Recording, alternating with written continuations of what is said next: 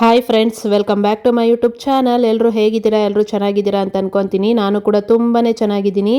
ಇನ್ನು ಇವತ್ತಿನ ವ್ಲಾಗ್ ಬಂದು ಬರೀ ಹೇರ್ ಕೇರ್ದಾಗಿರುತ್ತೆ. ಇವತ್ತು ಒಂದು ಹೇರ್ಗೆ ಜೆಲ್ ಮಾಡ್ಕೊತಾ ಇದ್ದೀನಿ.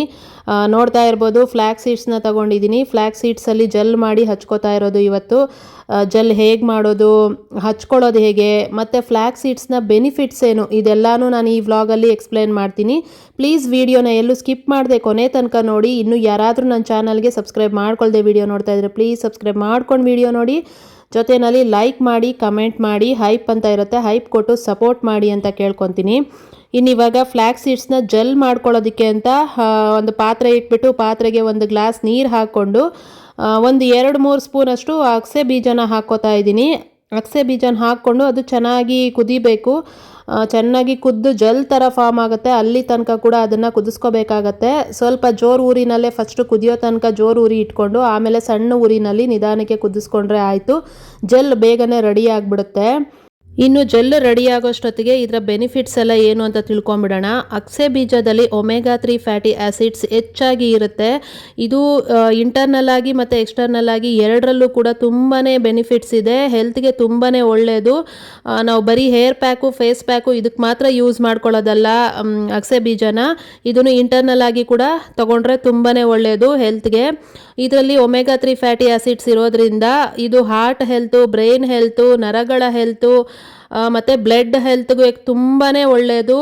ಇನ್ನು ಇದರಲ್ಲಿ ಒಮೆಗಾ 3 ಫ್ಯಾಟಿ ಆ್ಯಸಿಡ್ಸ್ ಹೆಚ್ಚಾಗಿರೋದ್ರಿಂದ ನಮಗೆ ಒಮೆಗಾ 3 ಫ್ಯಾಟಿ ಆ್ಯಸಿಡ್ಸ್ ಬಂದು ಫಿಶಲ್ಲಿ ತುಂಬ ಹೆಚ್ಚಾಗಿ ಸಿಗುತ್ತೆ. ಯಾರೆಲ್ಲ ನಾನ್ ವೆಜ್ ತಿಂದೇ ಇರೋರು ಇರ್ತೀರಾ, ವೆಜಿಟೇರಿಯನ್ಸ್ ಇರ್ತೀರಾ, ಅವರಿಗೆಲ್ಲ ಫ್ಲ್ಯಾಕ್ಸ್ ಸೀಡ್ಸು ತುಂಬಾ ಹೆಲ್ಪ್ ಮಾಡುತ್ತೆ. ಫ್ಲ್ಯಾಕ್ಸ್ ಸೀಡ್ಸ್ ತಿನ್ನೋದ್ರಿಂದ ಬಾಡಿಗೆ ತುಂಬಾ ಹೆಲ್ಪ್ ಆಗುತ್ತೆ. ಒಮೆಗಾ 3 ಫ್ಯಾಟಿ ಆ್ಯಸಿಡ್ಸು ಬಾಡಿಗೆ ತುಂಬಾ ಇಂಪಾರ್ಟೆಂಟ್ ಇರುತ್ತೆ. ಯಾಕಂದರೆ ಬಾಡಿಯಲ್ಲಾಗೋ ಯಾವುದೇ ಥರ ಇನ್ಫ್ಲಮೇಷನು ಅಂದರೆ ಉರಿಯೂತ ಆಗದೆ ಇರೋ ಥರ ತಡೆಗಟ್ಟುತ್ತೆ. ಹಾಗಾಗಿ ನಾವು ಡೈಲಿ ನಮ್ಮ ಡಯಟಲ್ಲಿ ಫ್ಲ್ಯಾಕ್ಸ್ ಸೀಡ್ಸ್ನ ತಿನ್ನೋದು ತುಂಬಾ ಒಳ್ಳೆಯದು. ಫ್ಲ್ಯಾಕ್ಸ್ ಸೀಡ್ಸ್ನ ಜಾಸ್ತಿ ತಿನ್ನಬಾರ್ದು. ತಿಂತೀವಿ ಅಂತ ಅಂದ್ಬಿಟ್ಟು ದಿನಾನು ಎಷ್ಟಂದರೆ ಅಷ್ಟು ಸಿಕ್ಕಿದ್ದೆಲ್ಲ ತಿನ್ನಕ್ಕೆ ಹೋಗಬಾರ್ದು. ದಿನಕ್ಕೆ 1-2 ಸ್ಪೂನು ಫ್ಲ್ಯಾಕ್ಸ್ ಸೀಡ್ಸು ಸಾಕು ನಮ್ಮ ಡಯಟಲ್ಲಿ. ಅದನ್ನು ನಾವು ಡೈಲಿ ಇಟ್ಕೊಳ್ಳೋದ್ರಿಂದ, ಯಾಕಂದರೆ ಅದರಲ್ಲಿ ತುಂಬಾ ಹೀಟ್ ಆಗುತ್ತೆ. ಫ್ಲ್ಯಾಕ್ಸ್ ಸೀಡ್ಸ್ ತಿನ್ನೋದ್ರಿಂದ ತುಂಬ ಹೀಟ್ ಆದರೆ ಬ್ಲಡ್ ಏನಿರುತ್ತೆ ಬ್ಲಡ್ನ ತುಂಬಾ ತೆಳು ಮಾಡುತ್ತೆ. ಹಾಗಾಗಿ ನಾವು ಜಾಸ್ತಿ ಫ್ಲ್ಯಾಕ್ಸ್ ಸೀಡ್ಸ್ನ ತಿನ್ನಬಾರ್ದು. ಡೈಲಿ 1-2 ಸ್ಪೂನು ಸಾಕು ನಮಗೆ. ಇನ್ನು ಯಾವ ಥರ ತಿನ್ನಬೇಕು ಅನ್ನೋದಾದರೆ ಅದನ್ನು ಲೈಟಾಗಿ ಹುರಿದ್ಬಿಟ್ಟು ಪುಡಿ ಮಾಡಿಕೊಂಡು ನೀರಲ್ಲಾಗಲಿ ಮಜ್ಜಿಗೆಯಲ್ಲಾಗಲಿ ಕುಡಿದ್ರೆ ತುಂಬಾ ಒಳ್ಳೆಯದು. ಹಾಗೆ ಎಲ್ಲ ತಿನ್ನೋಕ್ಕಾಗಲ್ಲ, ಅದನ್ನು ಹಾಗೆ ಅಗದು ತಿಂತೀವಿ ಅಂತಂದರೆ ತುಂಬಾ ಅಗದು ತಿನ್ನಬೇಕಾಗತ್ತೆ. ಇಲ್ಲ ಅಂತಂದರೆ ನಮಗೆ ಹೊಟ್ಟೆ ನೋವು ಬರುತ್ತೆ. ಹಾಗಾಗಿ ಹಂಗೆ ಅಗದು ತಿನ್ನೋಕ್ಕಾಗಲ್ಲ ಅದನ್ನು. ಹಾಗಾಗಿ ನಾವು ಹುರಿದ್ಬಿಟ್ಟು ಪುಡಿ ಮಾಡಿಕೊಂಡು ನೀರಲ್ಲಿ ಅಥವಾ ಮಜ್ಜಿಗೆನಲ್ಲಿ ಮಿಕ್ಸ್ ಮಾಡಿಕೊಂಡು ಕುಡ್ಕೊಂಡ್ರೆ ತುಂಬಾ ಒಳ್ಳೆಯದು. ಇದನ್ನು ದಿನ ಬೆಳಗ್ಗೆ ಕುಡಿಯೋದ್ರಿಂದ ಕೂಡ ತುಂಬ ಒಳ್ಳೆಯದು. ಇನ್ನು ಫ್ರೂಟ್ ಸಲಾಡು, ಏನಾದರೂ ಸಲಾಡ್ಗಳು ಮಾಡಿಕೊಂಡ್ರೆ ಅದ್ರ ಮೇಲೆ ಕೂಡ ಪೌಡ್ರನ್ನ ಹಾಕ್ಕೊಂಡು ತಿನ್ಕೊಬೋದು. ಇನ್ನು ಪೌಡ್ರ್ ಮಾಡಿ ಎಲ್ಲ ಎತ್ತಿಟ್ಕೊಂಡು ತಿನ್ನೋಕ್ಕಾಗಲ್ಲ ಇದನ್ನು. ಯಾಕಂದರೆ ಅದನ್ನು ಹುರಿದು ಪುಡಿ ಮಾಡಿದ ತಕ್ಷಣ ಯೂಸ್ ಮಾಡಬೇಕು. ಹಂಗೆಲ್ಲ ಮಾಡಿ ಎತ್ತಿಟ್ಕೊಳಕ್ಕಾಗಲ್ಲ. ಅದರಲ್ಲಿರೋ ಏನು ಅಂಶ ಇರುತ್ತೆ ಅಲ್ಲ ಅದೆಲ್ಲನೂ ಹೊರಟೋಗ್ಬಿಡುತ್ತೆ. ನಾವು ಹುರಿದು ಪುಡಿ ಮಾಡಿ ಎತ್ತಿಟ್ಕೊಂಡ್ರೆ ವೇಸ್ಟ್ ಆಗುತ್ತೆ. ಹಾಗಾಗಿ ಯಾವುದೇ ಕಾರಣಕ್ಕೂ ಅದನ್ನು ಹುರಿದು ಎತ್ತಿಟ್ಕೊಂಡೆಲ್ಲ ಯೂಸ್ ಮಾಡೋಕ್ಕೆ ಹೋಗಬೇಡಿ. ಒಂದು ವಾರ ಪೂರ್ತಿ ಎತ್ತಿಟ್ಕೊಂಡು ತಿಂತೀವಿ ಹಂಗೆಲ್ಲ ಮಾಡೋಕ್ಕೆ ಹೋಗಬೇಡಿ. ಯಾರಾದರೂ ಯೂಸ್ ಮಾಡ್ತೀರಾ ಅನ್ನೋದಾದರೆ ಆವಾಗಲೇ ಇನ್ಸ್ಟೆಂಟಾಗಿ 5 ನಿಮಿಷ ಹುರಿದ್ಬಿಟ್ಟು ಮಿಕ್ಸಿಗೆ ಹಾಕಿ ಪುಡಿ ಮಾಡಿಕೊಂಡ್ರೆ ಆಗೋಯ್ತು. ಬೇಗನೆ ಪುಡಿ ಆಗಿಬಿಡುತ್ತೆ. ಡೈಲಿ 1 ಸ್ಪೂನ್ ಸಾಕಾಗತ್ತೆ. ಅದಕ್ಕೂ ಮೇಲೆ ಹೆಚ್ಚಿಗೆ ತಿನ್ನೋಕೆ ಹೋಗಬೇಡಿ. ಇನ್ನು ಇದನ್ನು ಮಕ್ಕಳಿಗೆ ಕೊಟ್ಟರು ಕೂಡ ತುಂಬ ಕಮ್ಮಿ ಕ್ವಾಂಟಿಟಿನಲ್ಲಿ ಕೊಡಿ. ಜಾಸ್ತಿ ಕೊಡೋಕೆ ಹೋಗಬಾರ್ದು. ಅದು ತುಂಬಾ ಹೀಟ್ ಆಗುತ್ತೆ, ತುಂಬ ಬ್ಲಡ್ನ ತೆಳು ಮಾಡುತ್ತೆ. ಹಾಗಾಗಿ ಮತ್ತು ಪ್ರೆಗ್ನೆಂಟ್ ಇರೋರು ಮತ್ತು ಏನು ಬ್ರೆಸ್ಟ್ ಫೀಡ್ ಮಾಡ್ತಾ ಇರೋರು ಇವ್ರು ಯಾರೂ ಇದನ್ನು ತಿನ್ನಬಾರ್ದು. ತುಂಬ ಹೀಟ್ ಆಗೋದ್ರಿಂದ ಅದು ಒಳ್ಳೆಯದಲ್ಲ. ಹಾಗಾಗಿ ಅವರೆಲ್ಲ ಇದನ್ನು ತಿನ್ನೋಕೆ ಹೋಗಬಾರ್ದು. ಇನ್ನು ನಾರ್ಮಲಾಗಿ ಡಯಟ್ ಮಾಡ್ತೀವಿ, ವೆಯ್ಟ್ ಲಾಸ್ ಮಾಡೋರ್ಗಂತೂ ತುಂಬಾ ಒಳ್ಳೆ ಫುಡ್ ಅಂತ ಹೇಳ್ಬೋದು ಇದನ್ನು. ಯಾಕಂದರೆ ಇದರಲ್ಲಿ ತುಂಬ ನಾರಿನಂಶ ಇರೋದ್ರಿಂದ ನಾವು ಇದನ್ನು ವೆಯ್ಟ್ ಲಾಸ್ ಮಾಡೋ ಟೈಮಲ್ಲಿ ತಗೊಳ್ಳೋದು ತುಂಬಾ ಒಳ್ಳೆಯದು. ನಾನು ಹೇಳ್ದಂಗೆ ಪೌಡ್ರ್ ಮಾಡಿಕೊಂಡು ನಾವು ಏನಾದರೂ ಸಲಾಡ್ಗಳು ಮಾಡ್ಕೊತೀವಲ್ಲ, ಸಲಾಡ್ ಆಗಲಿ ಊಟ ನಾವು ಏನಾದರೂ ಚಪಾತಿ ಮಾಡ್ಕೊತೀವಿ ಅಲ್ಲ ಅದ್ರ ಮೇಲೆ ಕೂಡ ತೆಳ್ಳಗೆ ಚಪಾತಿ ಮೇಲೆ ಹರಡ್ಕೊಂಡು ತಿನ್ಕೊಂಬಿಡ್ಬೋದು. ಅಥವಾ ಏನೇ ಪಲ್ಯ ಮಾಡಿದರೂ ಪಲ್ಯ ಮೇಲೆ ಕೂಡ ಪುಡಿನ ಹಾಕ್ಕೊಂಡು ತಿನ್ಕೊಬೋದು. ಈ ಥರ ಯಾವ ಥರ ಬೇಕಾದರೂ ಯೂಸ್ ಮಾಡ್ಕೊಬೋದು. ಆದರೆ ದಿನಕ್ಕೆ 1 ಸ್ಪೂನ್ ತಿನ್ನೋದು ತುಂಬ ಒಳ್ಳೆಯದು.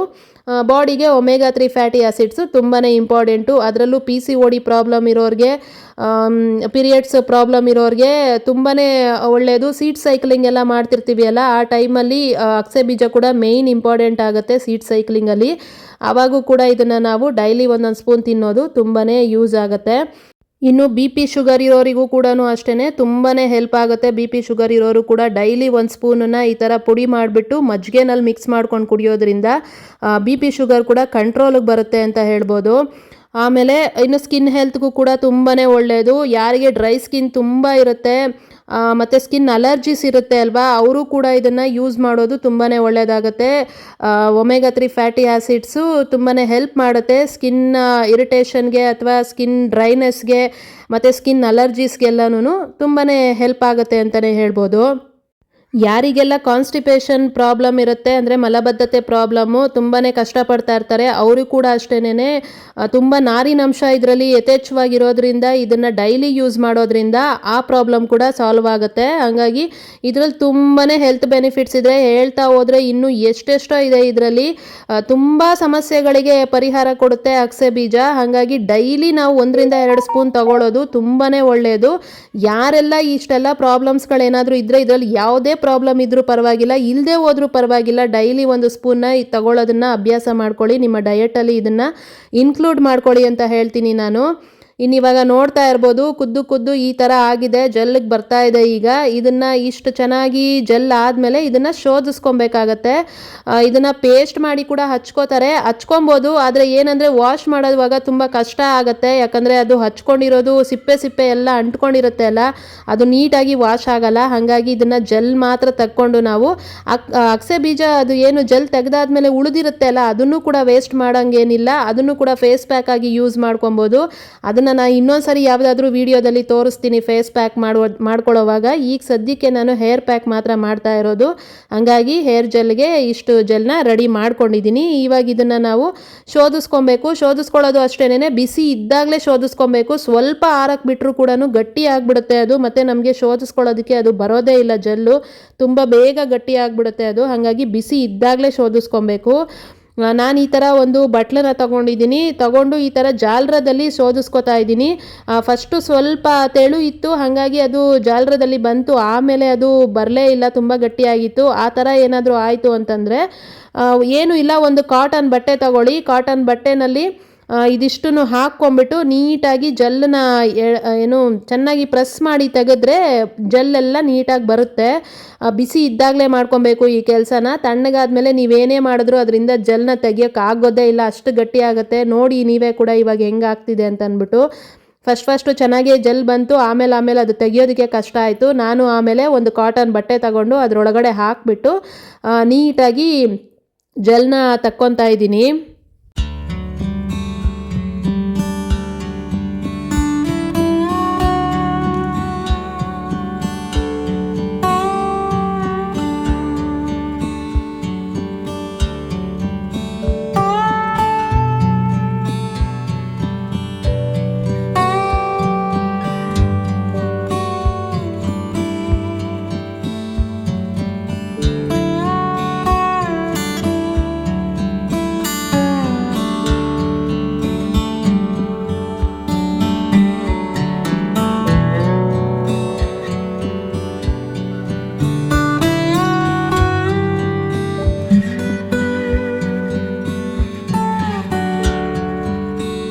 ಇನ್ನು ಜೆಲ್ನ ಈ ಥರ ತಕ್ಕೊಂಡಾದಮೇಲೆ ಸ್ವಲ್ಪ ಆರೋದಕ್ಕೆ ಬಿಟ್ಬಿಟ್ಟು ಆಮೇಲೆ ನಾವು ನೀಟಾಗಿ ತಲೆಗೆ ಹಚ್ಕೊಬೇಕಾಗತ್ತೆ. ತಲೆಗೆ ಫಸ್ಟೇ ಬೇಕಿದ್ರೆ ಆಯಿಲ್ ಹಚ್ಕೊಂಡು ಕೂಡ ಹಚ್ಕೊಬೋದು. ಇದನ್ನು ಹಚ್ಚೋಕ್ಕೂ ಒಂದು ಅರ್ಧ ಗಂಟೆ ಮುಂಚೆನೇ ಕೊಬ್ಬರಿ ಎಣ್ಣೆ ತಗೊಂಡು ನೀಟಾಗಿ ತಲೆಗೆ ಹಚ್ಬಿಟ್ಟು ಮಸಾಜ್ ಮಾಡಿ ಆಮೇಲೆ ಬೇಕಿದ್ರೆ ಜೆಲ್ನ ಹಚ್ಕೋಬೋದು. ಇಲ್ಲ ಅಂತಂದ್ರೂ ಕೂಡ ನೀಟಾಗಿ ಬರೀ ಜೆಲ್ನೇ ಹಚ್ಕೊಬೋದು. ಬೇಕಿದ್ರೆ ಇದ್ರ ಜೊತೆ ಅಲೋವೆರಾ ಜೆಲ್ ಕೂಡ ಮಿಕ್ಸ್ ಮಾಡ್ಕೊಬೋದು. ತುಂಬ ಫ್ರೀಝಿ ಹೇರ್ ಇರುತ್ತೆ ಅಲ್ವಾ, ನನ್ನ ಹೇರ್ ಥರ. ನೋಡ್ತಿರ್ಬೋದು ನನ್ನ ಹೇರ್ನ ನೀವು ಎಷ್ಟು ಫ್ರೀಝಿ ಆಗಿದೆ ಅಂತ. ಅದೇ ವಾಶ್ ಮಾಡಾದ್ಮೇಲೆ ಎಷ್ಟು ಚೆನ್ನಾಗಾಗತ್ತೆ ಗೊತ್ತಾ. ಒಂದೇ ಸಲಿಗೆ ಏನು ಬೆನಿಫಿಟ್ಸ್ ಕಾಣಿಸಲ್ಲ, ಯೂಸ್ ಮಾಡ್ತಾ ಇರಬೇಕಾಗತ್ತೆ. ಅವಾಗ ಯೂಸ್ ಮಾಡ್ತಿರ್ಬೇಕು. ಮಂತ್ಲಿ ಒಂದು 4 ಟೈಮ್ಸ್ ಆದರೂ ಯೂಸ್ ಮಾಡಿದ್ರೆ ಒಳ್ಳೆ ರಿಸಲ್ಟ್ ಸಿಗುತ್ತೆ ಹೇರ್ಗೆ ಅಂತಲೇ ಹೇಳ್ಬೋದು. ಹೇರ್ ಫಾಲ್ ಆಗೋದು ಕೂಡ ಕಮ್ಮಿ ಆಗುತ್ತೆ. ಜೊತೆಯಲ್ಲಿ ಫ್ರೀಝಿ ಹೇರ್ ಎಲ್ಲ ಕಮ್ಮಿ ಕಮ್ಮಿ ಆಗುತ್ತೆ, ಶೈನಿಯಾಗಿ ಒಂಥರ ಹೇರು ಸ್ಟ್ರೈಟ್ ಹೇರ್ ನನಗೆ ಈ ಥರ ಇದೆ ಅಲ್ಲ, ಬರ್ತಾ ಬರ್ತಾ ಸ್ಟ್ರೈಟ್ ಹೇರ್ ಕೂಡ ಆಗುತ್ತೆ ಇದನ್ನು ಹಚ್ಕೊಳ್ಳೋದ್ರಿಂದ. ನಾನು ಫಸ್ಟು ಯೂಸ್ ಮಾಡ್ತಿದ್ದೆ, ಇತ್ತೀಚೆಗೆ ಬಿಟ್ಬಿಟ್ಟಿದ್ದೆ. ಈಗ ಮತ್ತೆ ನಾನು ಅದಕ್ಕೇ ಹಚ್ತಾ ಇದ್ದೀನಿ, ಜೊತೆಯಲ್ಲಿ ನಿಮಗೂ ಕೂಡ ಇದನ್ನು ತೋರಿಸ್ತಾ ಇದ್ದೀನಿ. ನೀವು ಕೂಡ ಈ ಥರ ಪ್ರಾಬ್ಲಮ್ಸ್ ಏನಾದರೂ ಇತ್ತು ಅಂತಂದರೆ, ಈ ಥರ ಹೇರು ಫ್ರೀಝಿ ಹೇರು ಮತ್ತು ಹೇರ್ ಫಾಲ್ ಆಗ್ತಾ ಇದೆ, ಕೂದಲು ಬೆಳೀತಾ ಇಲ್ಲ, ತುಂಬ ಒಂಥರ ಇರಿಟೇಷನ್ ಆಗುತ್ತೆ ಕೂದಲಲ್ಲಿ, ತಲೆಯಲ್ಲಿ ಅಂತೆಲ್ಲ ಇತ್ತು ಅಂತಂದರೆ ಈ ಥರ ಹಚ್ಚಿ ನೋಡಿ, ಬೆನಿಫಿಟ್ಟು ನಿಮಗೂ ಗೊತ್ತಾಗತ್ತೆ. ಒಂದು 2-3 ತಿಂಗಳು ಇದನ್ನು ಟ್ರೈ ಮಾಡಿ ನೋಡಿ. ನಾನು ಕೂಡ ಇವತ್ತು ನಿಮ್ಮ ಜೊತೆಲೇ ಇದನ್ನು ಚಾಲೆಂಜಾಗೆ ತಗೊತಾ ಇದ್ದೀನಿ. ನಾನೊಂದು 6 ಮಂತ್ಸ್ ಟ್ರೈ ಮಾಡ್ತೀನಿ ಇದನ್ನು, ನೋಡೋಣ ರಿಸಲ್ಟ್ ಹೆಂಗೆ ಬರುತ್ತೆ ಅಂದ್ಬಿಟ್ಟು. ಮುಂಚೆ ಚೆನ್ನಾಗೇ ಬಂದಿತ್ತು, ಕೂದಲು ಕೂಡ ಚೆನ್ನಾಗಿ ಉದ್ದ ಬೆಳೆದಿತ್ತು ಕೂದಲು, ನಾನೇ ಕಟ್ ಮಾಡಿಬಿಟ್ಟೆ ಕೂದಲನ್ನ, ಹಾಗಾಗಿ ಇಷ್ಟು ಕೂದಲು ಕಾಣಿಸ್ತಾ ಇದೆ. ಈಗ ಹಚ್ಕೊಳ್ಳೋವಾಗ ಈ ಥರ ಹಚ್ಕೋತಾ ಇದ್ದೀನಿ ಎಲ್ಲ ಜೆಲ್ ಒಂಥರ ಎಗ್ದು ವೈಟ್ ಇರುತ್ತೆ ಅಲ್ಲ, ಆ ಥರ ಅನಿಸುತ್ತೆ. ಈಗ ಎಗ್ ವೈಟ್ ಹಾಕ್ಕೊಂಡ್ರೆ ಕೂದಲು ಚೆನ್ನಾಗಿ ಶೈನಿಯಾಗಿ ಕಾಣುತ್ತೆ ಅಲ್ವಾ, ಇದನ್ನು ಹಾಕ್ಕೊಂಡ್ರೂ ಕೂಡ ಹಂಗೆ ಕಾಣುತ್ತೆ. ಎಗ್ ವೈಟು ಕೆಲವ್ರಿಗೆ ಇಷ್ಟ ಆಗಲ್ಲ, ನನಗೂ ಕೂಡ ಅಷ್ಟೇ, ಅದರ ಸ್ಮೆಲ್ ನನಗೆ ಇಡಿಸಲ್ಲ, ಮತ್ತು ವಾಶ್ ಮಾಡಿದ್ಮೇಲೆ ಕೂಡ ಒಂಥರ ಕೌಸ್ ವಾಸನೆ ಅಂತ ಅನ್ನಿಸ್ತಾ ಇರುತ್ತೆ. ಆದರೆ ಇದನ್ನು ಹಾಕ್ಕೊಂಡ್ರೆ ಆ ಥರ ಯಾವುದೇ ಥರ ಸ್ಮೆಲ್ ಇರಲ್ಲ, ಏನೂ ಗೊತ್ತಾಗಲ್ಲ, ಇದನ್ನು ಹಚ್ಕೊಂಡಿರೋದೇ ಗೊತ್ತಾಗಲ್ಲ ನಮಗೆ. ಇದನ್ನು ಹಚ್ಕೊಂಡು ಸುಮಾರು ಒಂದು 2 ಅವರ್ ಬಿಡಬೇಕಾಗತ್ತೆ. 2 ಅವರ್ ಚೆನ್ನಾಗಿ ಅದು ತಲೆಗೆ ಅಬ್ಸರ್ವ್ ಮಾಡ್ಕೊಂಡಾದಮೇಲೆ ಶಾಂಪು ಹಾಕ್ದಿರ ಬರೀ ನೀರಲ್ಲಿ ವಾಶ್ ಮಾಡ್ಕೊಬೇಕು. ತುಂಬ ಹಾಟ್ ವಾಟರು ಅಂದರೆ ತುಂಬ ಬಿಸಿ ಬಿಸಿ ನೀರನ್ನೆಲ್ಲ ಹಾಕ್ಕೊಂಡು ತೊಳೆಯೋಕೆ ಹೋಗಬಾರ್ದು. ತಣ್ಣೀರಲ್ಲಿ ಫಸ್ಟು ನೀಟಾಗಿ ವಾಶ್ ಮಾಡಿಕೊಂಡು ಒಂದು 2 ಜಗ್ಗಷ್ಟು ಬೆಚ್ಚಗಿರೋ ನೀರನ್ನ ಹಾಕ್ಕೊಂಡ್ರೆ ಸಾಕಾಗತ್ತೆ. ನಾನು ಕೂಡ ಹಾಗೆ ಮಾಡಿದ್ದು. ತುಂಬ ಬಿಸಿ ನೀರಲ್ಲಿ ಸ್ನಾನ ಮಾಡಿದಾಗೆಲ್ಲನೂ ಕೂದಲು ತುಂಬಾ ರಫ್ ಆಗ್ತಾ ಹೋಗುತ್ತೆ. ಈಗ 2 ಅವರ್ಸ್ ಆದಮೇಲೆ ನಾನು ತಲೆ ವಾಶ್ ಮಾಡಿದ್ದೀನಿ, ಅಂದರೆ ಹೇರ್ ವಾಶ್ ಮಾಡ್ಕೊಂಡು ಬಂದಿದ್ದೀನಿ. ಇವಾಗ ನೋಡ್ತಾ ಇರ್ಬೋದು ಕೂದಲು ಎಷ್ಟು ಚೆನ್ನಾಗಿ ಕಾಣಿಸ್ತಾ ಇದೆ ಅಂತ. ತುಂಬ ಚೆನ್ನಾಗೇ ಇತ್ತು. ನಿಮಗೆ ವಿಡಿಯೋದಲ್ಲಿ ಹೆಂಗೆ ಕಾಣ್ತಿದೆಯೋ ನನಗೆ ಗೊತ್ತಿಲ್ಲ, ಆದರೆ ನನಗಂತೂ ತುಂಬ ಸಾಫ್ಟಾಗಿ ಅನ್ನಿಸ್ತಾ ಇತ್ತು ಕೂದಲು, ತುಂಬ ರಫ್ ಆಗಿಬಿಟ್ಟಿತ್ತು ನನ್ನ ಕೂದಲು, ಹಾಗಾಗಿ ನಾನು ಹಚ್ಚಿದ್ದು ಇವತ್ತು. ಇದನ್ನು ನಾನು ವೀಕ್ಲಿ 1-2 ಟೈಮ್ಸ್ ಮಾಡಬೇಕು ಅಂತ ಅಂದ್ಕೊಂಡಿದ್ದೀನಿ. ಪ್ರತಿ ಸಲ ಅಂದರೆ ನೋಡೋಣ, 6 ಮಂತ್ಸ್ ನಾನು ಚಾಲೆಂಜ್ ಇಟ್ಕೊಂಡಿದ್ದೀನಿ, ಹೆಂಗಾಗತ್ತೆ ಏನು ಅಂತ. ನಿಜವಾಗ್ಲೂ ಆದರೆ ನಾನು ಸುಳ್ಳಂತೂ ಹೇಳ್ತಾ ಇಲ್ಲ, ಹೇರ್ ವಾಶ್ ಮಾಡಿದ್ಮೇಲೆ ಪ್ರತಿ ಸಲ ಕೂದಲು ಎಷ್ಟೊಂದು ಉದುರ್ತಾ ಇತ್ತು. ಇವತ್ತು ಕೂದಲು ತುಂಬ ಉದುರಲೇ ಇಲ್ಲ, ಸುಮಾರು ಒಂದು 2-3 ಕೂದಲು ಉದುರಿದ್ವು ಅಂತ ಅನಿಸುತ್ತೆ, ಕೂದಲೇ ಉದುರಲಿಲ್ಲ, ತುಂಬ ಚೆನ್ನಾಗಂತ ಅನ್ನಿಸ್ತಾ ಇತ್ತು ನನಗೆ. ಕೂದಲು ಕೂಡ ಒಂಥರ ಸಾಫ್ಟ್ ಫೀಲ್ ಆಗ್ತಾ ಇತ್ತು ಮುಟ್ಕೊಳ್ಳೋದಕ್ಕೆ. ಮೊದಲು ತುಂಬ ಫ್ರೀಝಿ ಒಂಥರ ರಫಾಗಿ ಅನ್ನಿಸ್ತಾ ಇತ್ತು ಕೂದಲು. ಇದನ್ನು ಹಚ್ಕೊಂಡು ಒಂದು 2 ಅವರ್ಸ್ ಬಿಟ್ಟು ವಾಶ್ ಮಾಡಾದಮೇಲೆ ಇನ್ಸ್ಟೆಂಟಾಗಿ ರಿಸಲ್ಟ್ ಕಾಣಿಸಿದೆ ನನಗೆ. ಕೂದಲು ಕೂಡ ತುಂಬ ಉದುರಲಿಲ್ಲ, ಹಚ್ಕೊಂಡಾದ್ಮೇಲೆ ಕೂಡ ವಾಶ್ ಆದಮೇಲೆ ಕೂಡ. ಮತ್ತೆ ನಾನು ಬಾಚಣಿಗೆಯಲ್ಲಿ ಬಾಚಿ ಕೂಡ ನೋಡಿದೆ, ಆವಾಗಲೂ ಕೂಡ ಕೂದಲು ಉದುರಲಿಲ್ಲ. ಎಷ್ಟು ಕೂದಲು ಉದುರ್ತಾ ಇತ್ತು ನನಗೆ. ಒಂದೇ ಇದಕ್ಕೇನೆ ಕೂದಲು ಉದುರೋದು ಅಂದರೆ ಒಂದೇ ಸಲಿಗೆ ಆಗೋಯ್ತು ಅಂತ ನಾನು ಹೇಳ್ತಾ ಇಲ್ಲ, ಆದರೆ ಪ್ರತಿ ಸಲ ಸ್ನಾನ ಮಾಡಿದಾಗ ಎಷ್ಟು ಕೂದಲು ಉದುರ್ತಾ ಇತ್ತು, ಆದರೆ ಇವತ್ತು ನನಗೆ ಕೂದಲೇ ಉದುರಲಿಲ್ಲ. ಅದು ನನಗೆ ತುಂಬ ಖುಷಿಯಾಗಿದ್ದು. ಒಟ್ಟಿನಲ್ಲಿ ನಾನು ಇದನ್ನು ಅಂದ್ಕೊಂಡಿದ್ದೀನಿ, ಒಂದು 6 ಮಂತ್ ಚಾಲೆಂಜ್ ತೊಗೊಬೇಕು, ಚೆನ್ನಾಗಿ ನಾನು ಹೇರ್ನ ಕೇರ್ ಮಾಡಬೇಕು ಅಂತ. ಹಾಗಾಗಿ ಇವತ್ತು ನಾನು ಈ ವಿಡಿಯೋನು ಕೂಡ ಮಾಡಿಕೊಂಡು ನಿಮಗೆ ಶೇರ್ ಮಾಡ್ಕೊತಾ ಇರೋದು. ನೀವು ಯಾರಾದರೂ ಈ ಥರ ಪ್ರಾಬ್ಲಮ್ಸ್ಗಳಿಂದ ಅನುಭವಿಸ್ತಾ ಇದ್ದರೆ, ಅಂದರೆ ತುಂಬ ಕೂದಲು ಉದುರೋದು, ತುಂಬ ಫ್ರೀಝಿಯಾಗಿದೆ, ಹೆಂಗೆ ಮಾಡಿದ್ರೂ ಕೂಡ ಕೂದಲಂತೂ ಕರ್ಲಿ ಹೇರ್ ಇರೋರಿಗೆ ಸ್ಟ್ರೈಟ್ ಆಗಿಬಿಡುತ್ತೆ ಅಂತ ಮಾತ್ರ ನಾನು ಹೇಳಲ್ಲ, ಅದು ಏನು ಸಾಧ್ಯ ಇಲ್ಲ. ಆದರೆ ಒಂದು ಮಟ್ಟಕ್ಕೆ ಪರವಾಗಿಲ್ಲ, ಒಂದು ಮಟ್ಟಕ್ಕೆ ಸರಿ ಮಾಡ್ಕೊಬೋದು ಅಂತ ಅಂತೂ ನಾನು ಹೇಳ್ತೀನಿ. ಇನ್ನು ಏರ್ ಗ್ರೋತ್ ಅಂತೂ ಗ್ಯಾರಂಟಿ ಆಗುತ್ತೆ, ಯೂಸ್ ಮಾಡಿ ನೋಡಿ. ನಾನು ಮುಂಚೆ ಯೂಸ್ ಮಾಡಿದ್ದೆ, ಹಾಗಾಗಿ ಹೇಳ್ತಾ ಇದ್ದೀನಿ. ಈಗ ನಾನು ಹೇರ್ ನೋಡ್ತಾ ಇರ್ಬೋದು, ನೀಟಾಗಿ ಒಣಗಿದ ಮೇಲೆ ನಾನು ಬಾಚಿ ತೋರಿಸ್ತಾ ಇರೋದು, ಇಷ್ಟು ಚೆನ್ನಾಗಿದೆ ನನ್ನ ಕೂದಲು. ನೋಡೋಣ ಇನ್ನು ಮುಂದಕ್ಕೆ ಹೆಂಗಾಗುತ್ತೆ ಅಂತ ಅಂದ್ಬಿಟ್ಟು. ನೀವು ಕೂಡ ಟ್ರೈ ಮಾಡಿಬಿಟ್ಟು ಹೆಂಗಿತ್ತು ಅಂತ ಹೇಳಿ ನನಗೆ. ಇನ್ನು ಈ ವಿಡಿಯೋ ನಿಮ್ಗೆ ಇಷ್ಟ ಆಗಿದರೆ ಪ್ಲೀಸ್ ವಿಡಿಯೋಗೆ ಒಂದು ಲೈಕ್ ಮಾಡೋದನ್ನು ಮರಿಬೇಡಿ ಅಂತ ಹೇಳ್ತೀನಿ.